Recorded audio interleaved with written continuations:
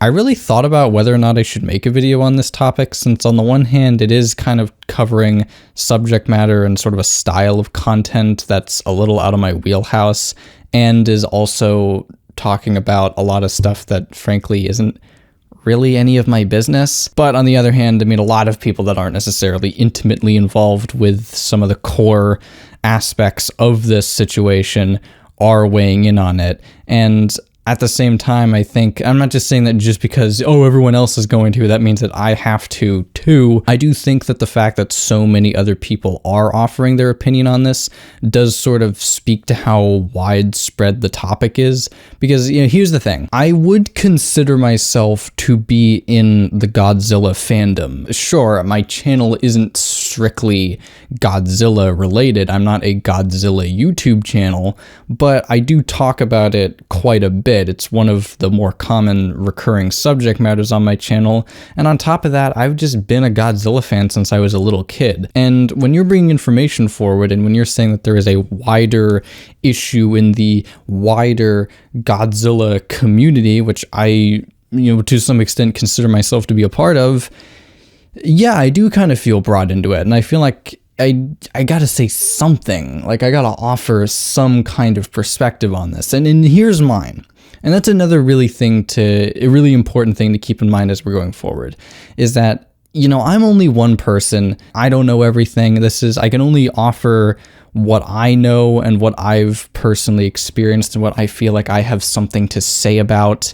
And maybe that won't be as much as some other people that are a little bit more in the trenches when it comes to this sort of thing, because I am not, but I just felt like it was important. I felt like it wouldn't feel right with this whole situation going down for me to stay totally silent. One of the big reasons why I ultimately decided that I would feel better making this video than not is that the narrative that this current controversy is spreading, that the Godzilla fandom is toxic, that it's this hellhole, that it's this, really awful place for a lot of people, runs contrary to my overall experience in the fandom, which I'll get into.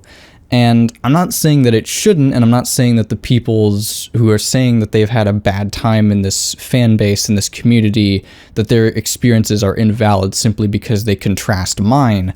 I'm just saying that that was part of what drew me to this incident, because when I first heard whispers of like, oh, Godzilla fandom toxic, that doesn't sound like the Godzilla fan base that I've experienced at all. I always got the impression that the Godzilla fandom was on a relatively higher rung in comparison to other big popular fandoms for big popular franchises. Like, the most obvious example that people keep bringing up because it's so easy to point to, and it's a dead horse, but it's keeps being beaten because, like, it's just the most obvious example. The Star Wars fandom. To Star Wars fans' credit, they kind of know what the issues are, and they just, I don't want to say that they've accepted it, but they have kind of come to terms with it in a way. They're not necessarily okay with it, but they've recognized that it's just like, yeah, this is where we are with this fan base in this franchise at this point. It's a fucking free-for-all, and the Godzilla fandom is a little different in that aspect, but I'll get into that. In my experience, the Godzilla fandom has been kind of a cut above the rest of the big popular fandoms that I've been a part of. I mean, like I said, I used to be in the Star Wars fandom. I don't really associate much with that anymore for obvious reasons, but I used to be in it. But this person talking to you right now, no one else, because I can't speak for anyone else, I never really saw that level of toxicity in the Godzilla fandom that I did in the Star Wars fandom. A great testament of that, this was only like a few months before this current situation where, the sort of resolve of the Godzilla fandom and my opinion of it was strengthened because, some horrible, just ill-conceived, poorly researched video came along, and people in the fan base and people in the community, they felt talked down to by someone who didn't understand the franchise as well as they did, and who was misrepresenting it, and who was misrepresenting, the film series that they love so much and that they've all come together on. And they called them out on it. They said, like, hey, this is not doing this series justice. It would have been nice if people in the fan base came together over something a little bit more positive, but still it spoke highly of the fandom that they were able to come together in that way. I can't name another fan base that I am or have ever been a part of that would do something like that. And oddly enough, I think what I'm saying about that incident a little while ago is kind of similar to what I could say about this current situation, but I'll get to that in a bit. If you're watching this video, then you're more than likely familiar with at least the basic bullet points of what this whole situation is about, but I'll just lay it out for you just in case, and just because I think it's important to provide this context when you're talking about a situation like this, even if it's one that realistically most of your audience is going to know front to back. So how did we get here? So this whole controversy started a little over a week ago when a Godzilla YouTuber, or former Godzilla YouTuber, by the name of Alyssa Charpentier, who was previously known online as Alyssa Goji Geek 101, I believe, made a Facebook post detailing some of her negative experiences in the Godzilla fandom and why she ultimately left it. And these were expanded upon further in a video posted by her to her current YouTube channel, which I'll link down below. I'm going to be linking a lot of videos down below because that's where I've gotten most of this information from. And basically, her experiences and the things that she talked about and the things that she relayed about why she thought that the Godzilla fandom was so toxic and so damaging and so just bad for her that she had to leave were pretty fucking bad. She talked about how she felt objectified by a predominantly male fan base and male viewer base. She even mentioned how she was preyed upon sexually by some of her viewers, and how they coincidentally stopped doing it after she turned 18. I can't quite do like the full. There we go. She also brought up some of the insecurity and some of the shame that she felt as a female content creator, not knowing how much of her success and how much of her viewer base was really owed to people actually being interested in what she had to say and her actual perspectives, and how much of it was just, you know, pretty lady awooga. And that post and that video was further boosted by a video by another female Godzilla YouTuber named Kaiju Kim, who made another shorter video basically just going over what Alyssa mentioned in her post, as well as bringing forward some of her own personal experiences and considerations over leaving the fan base because she didn't like the direction it was going in. And that set off a cascade of people from every corner of the Godzilla fandom, you know, just making videos left and right, offering their perspective, you know, saying whatever they wanted to say out about it. And it felt like everybody had something to say about it. Godzilla guy made a video. I think Omni viewers making a video. Matt Frank, of all people, got in on it. He made his own video. And now, here I am, like a week later, the dust is settling, question mark? Not really, but it's like after the initial boom. We're out of the initial, you know, shockwave mushroom cloud, and we're into the fallout. Radiation metaphor. And here I am coming forward to say what I think about all this. And as you probably guess, I have some thoughts. First of all due respect to Alyssa and her experiences, but that one video on its own might not have been enough for me to concede that there was a larger problem with the Godzilla fandom as a whole, because after all, you know, it's just one person. Maybe it was an isolated incident. It was not. There were comment chains. Comment chain after comment chain. Commenter after commenter on all of these people's videos talking about their experience, not just with like weird sexual creepy stuff, although there was a lot of that, but also just like the general fandom shit that you get used to after a while, unfortunately. That really like turned me around. It really made me go like, yeah, I mean, if this many people are like having so much to say about it for really no gain whatsoever, because they're just anonymous commenters. They're not naming and shaming anybody. Most of these people don't even have a name to shame. They're just randos on the internet that are acting like assholes or acting creepy towards them. It's like you don't really have much to gain from calling them out.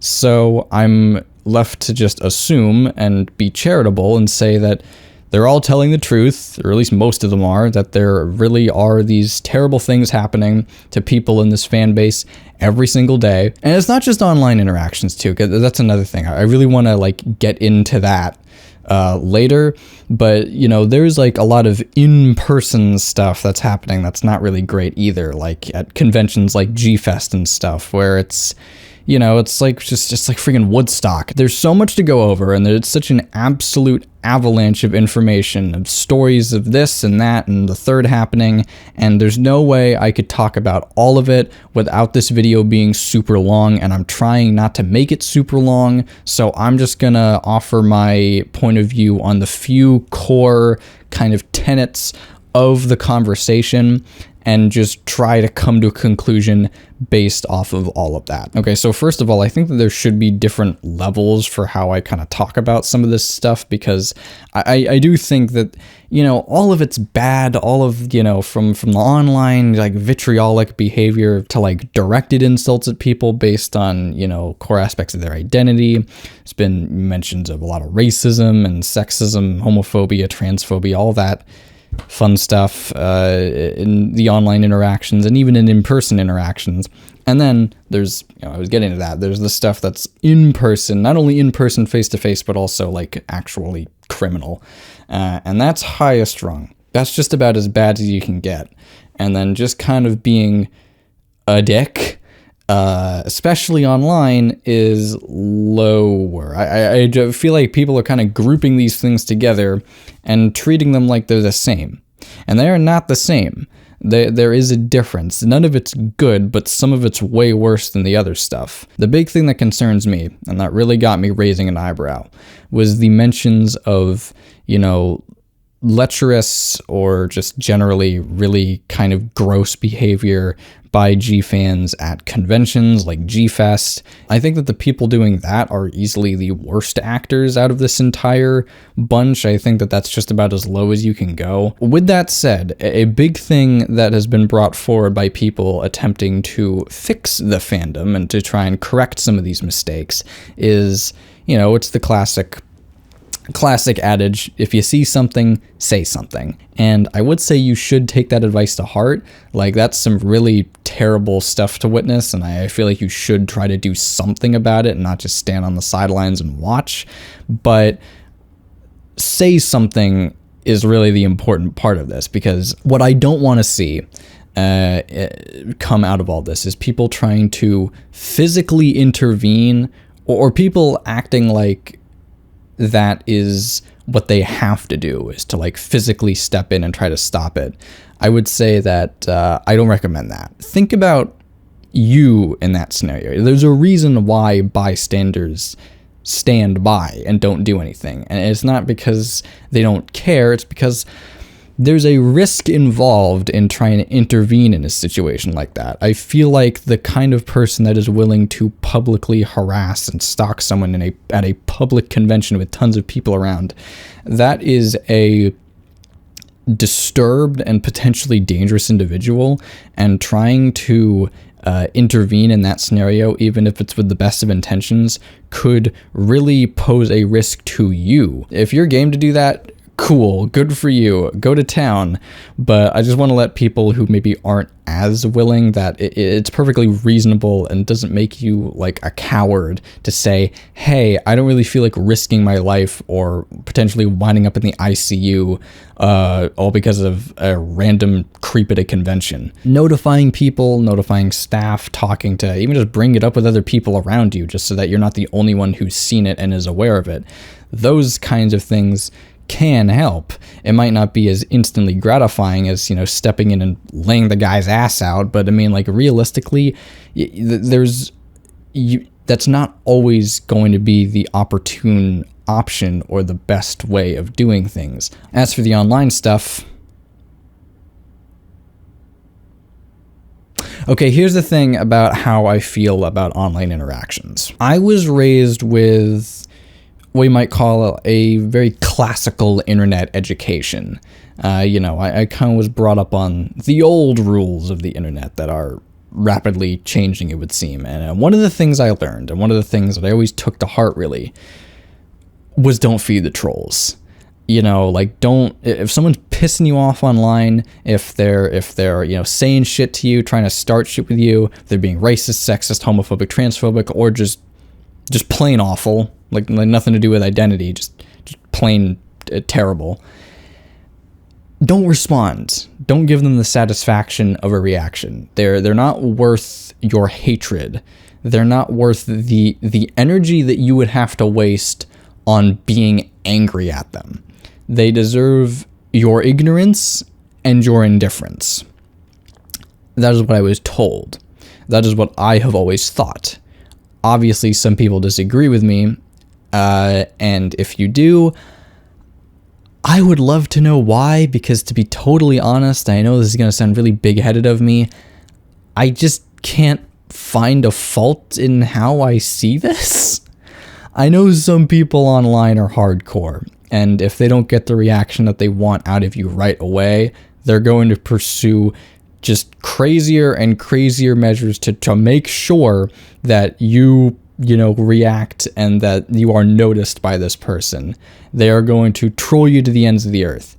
But I feel like that's a lower percentage of how these kinds of interactions go than some people would make it out to be. You know, this idea that it's just like, oh, everyone's just going to dox you all the time. This could just be being incredibly naive, but that seems a little sensationalist to me. Most people online who, you know, put up this front and try to puff out their chest and say, oh, I'm going to kick your ass, are way too chicken shit to go any further than just like saying mean things to you online. And as much as mean things online really can hurt and can like suck to hear, I'm not saying that they don't, you gotta just learn to let it slide, because I mean, like, what can you really do? Because someone who's willing to do that, you can tell them off all you want. That's what they want you to do, though. So I feel like that is not going to help very much at all. Okay, switching gears a little bit, there was also something in Matt Frank's video in particular that he brought up that I kind of have a little something to say about, and it speaks more to just the general behavior in online fandoms as a whole rather than just the Godzilla one. In Matt's video, Matt, like I know the guy. In Matt Frank's video, he says that fandoms, fan bases, online communities, whatever you want to call them, are a microcosm of the societies that they're born out of. They're a vertical slice, in his own words. I respectfully disagree. To be frank, a lot of hardcore fans of things are societal outcasts.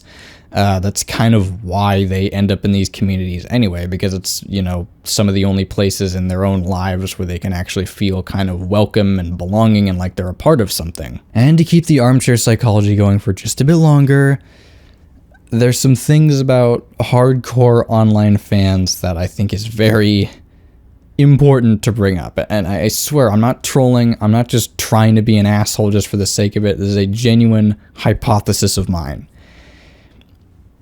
Here's the thing about hardcore fans of things online. A lot of them are of a certain disposition. They tend to have some, let's call them, identifying characteristics, some common ground.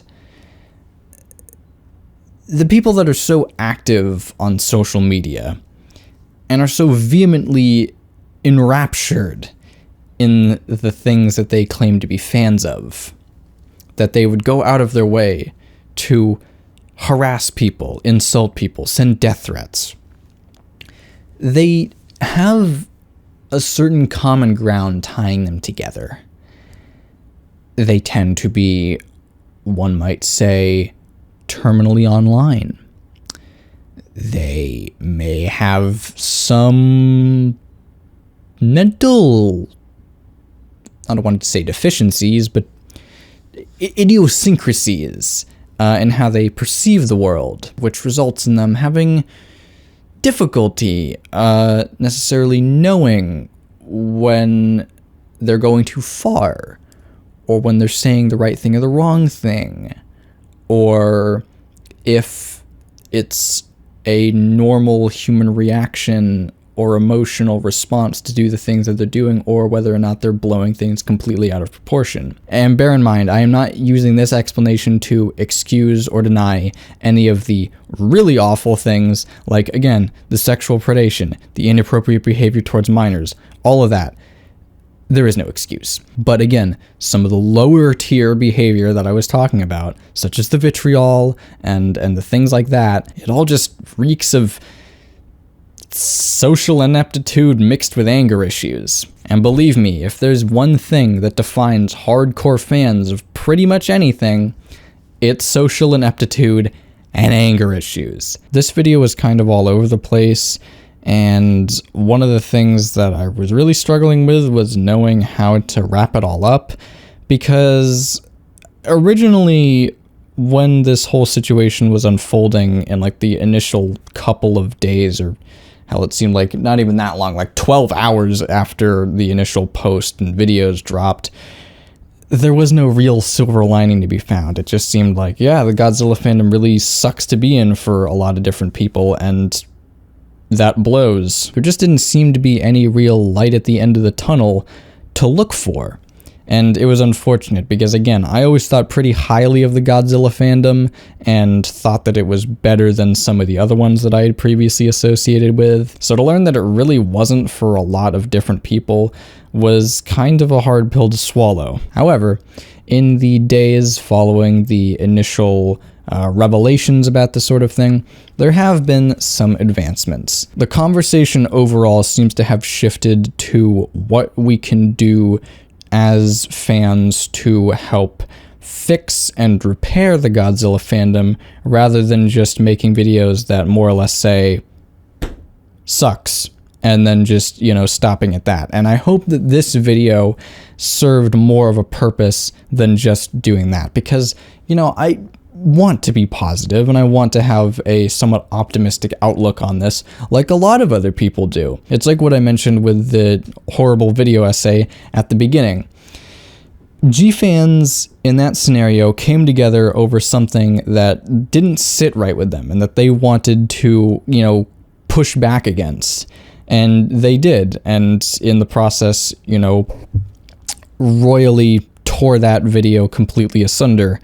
And in a very similar vein, though on a much larger scale this time, more and more Godzilla fans are saying, hey, this really sucks, but what can we do about it? And what can we do to make it not as bad? And this started as something that was originally going to reflect very poorly on the fandom, which was a pretty heavy blow for a lot of people, because one thing that I think separates the Godzilla fandom in a negative way from some of the other ones is that there, for the longest time, was a lack of transparency and a lack of honesty surrounding some of the problems within it. With the Godzilla fandom, there seems to be more of an attitude of not wanting to rock the boat and trying to uphold its reputation as one of the good ones, and that was what prevented a lot of this coming forward for the longest time, I think anyway. This is total conspiracy theory mode. I have no real evidence for any of this, but I just felt that that's the feeling I get from why we're only talking about this now instead of years ago. But either way, now that it's all out there and now that people are talking, it's cool that the conversation was able to shift so quickly into a more constructive, positive mindset rather than just talking about how everything is terrible and not offering any actual solutions to it. I'm not saying that all the solutions are foolproof, but the effort is there and the intent is there, and I think that's really nice, and that is where I'm going to end the video. The situation is far from over. In fact, it's not even really a situation per se. It's just sort of some shit that's happening. So I guess it's a situation, but whatever. Regular content will be returning shortly. Thank you for watching, have a great day, and until next time, see ya.